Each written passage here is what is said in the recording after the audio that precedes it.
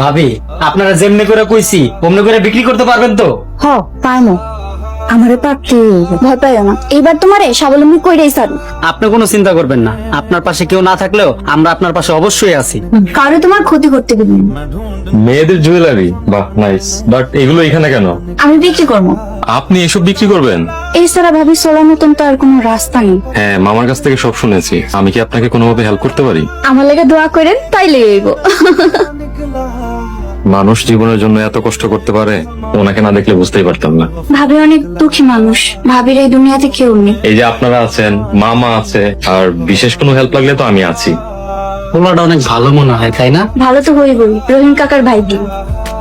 সরলাকে অনেক খুঁজলাম, পাইলাম না। আর পাইবে বা কেমনি? দেখো কই কই যায় ভিক্ষা করতেছে। যাওয়ার আগে যদি একটা মাইর দিয়া ঠ্যাংটা যদি নুলা করে দিতে পারতাম।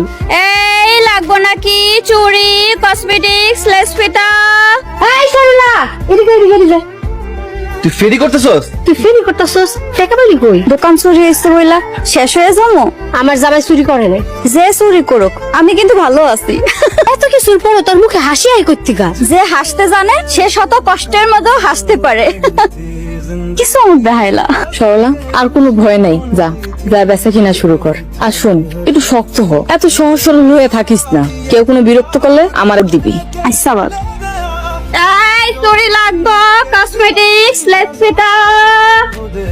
আমাকে ডাকছো কে? ডাকছি তো কামি রে। রাইতের বেলা যে জিনিসগুলো চুরি করছস, এইগুলো কি করছস? ওই মাল তো এলাকার বাইরে বেচে ফেলাইছে। ভালো করছস। আমার আগের বউটার চিনিস তো? হ চিনি। সরলা কসমেটিক্স এর জিনিস বিক্রি করতেছে, দেখছস? না। তাই